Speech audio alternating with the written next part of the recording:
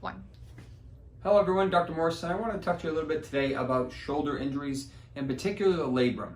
So the labrum is a cartilage structure that we have in both our hip and our shoulder. So they're very similarly structured, but the shoulder is much more common to injure. The importance of the labrum basically allows us to do a lot of these motions and allows the arm to move smoothly through that. And you can injure it a bunch of different ways, reaching out and kind of falling. You can traditionally injure your rotator cuff, but you can also injure some of the labrum. If you fall and something lands hard, you can kind of pop the shoulder out of the socket and dislocate it. That usually tears the labrum as well. So the issue with the labrum is that traditionally it does not heal really at all by itself, and definitely it doesn't heal really well with traditional medicine besides surgery.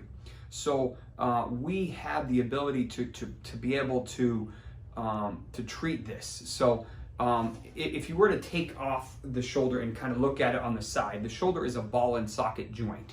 So if I were to take the ball out of the socket and we were to look at it like this, you would see almost a cartilage labrum that runs along the whole top and bottom of that socket.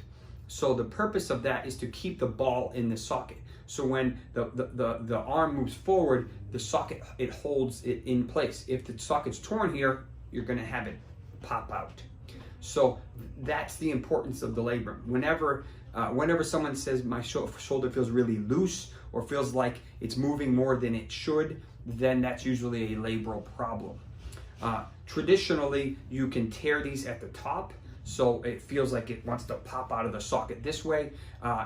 Tearing in the front is very common. You can even have a posterior back tear, and you may feel it more in the back of your shoulder. When you reach back, you feel like it has way too much give. The labrum requires really high quality products to really make a difference. So your pro-roll therapy and your PRP are unfortunately not going to be enough to really make a difference and actually create change and be able to lay down good structural changes in there to not only feel better, but maybe provide some reinforcements. You'll probably never have it perfect again, and even surgery is going to cause a lot of issues. And unfortunately, people who have labral tears are prone to further labral tearing. So if you think of it as a clock, say it's between 12, 3, 6, and 9. If you tear it between 12 and 1, that's not a big tear. But what if it's between 12 and 6?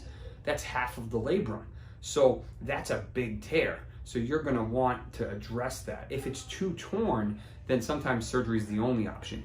But it's hard to evaluate that depending on your symptoms, what you're trying to do, meaning are you an athlete, are you just trying to mow the lawn, or are you trying to get back on the field?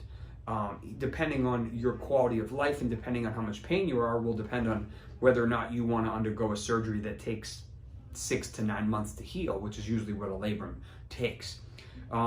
If you go in, you can see it with ultrasound a little bit, and you see the back part of it, and you can see kind of sometimes where it's torn, and you go in there with, and you can put some injections in there. Traditionally, the stuff that works best for this is either bone marrow, usually coming out of your own hip, or some of the higher level stuff. So we're talking amniotic stem cell, umbilical cord, or what we call exosomes, which are higher level cells that are hyper concentrated and have really good growth factors in them. So those are really the only three that we've been able to say with a simple single injection that you can actually structurally make a difference. You do need to have to do physical therapy and you have to be smart about it, but unfortunately putting something like PRP hasn't been effective enough to really say, yeah, I don't have to worry about it anymore. So that gives you a little bit of an idea about a labral injury and some of the options to potentially treat it.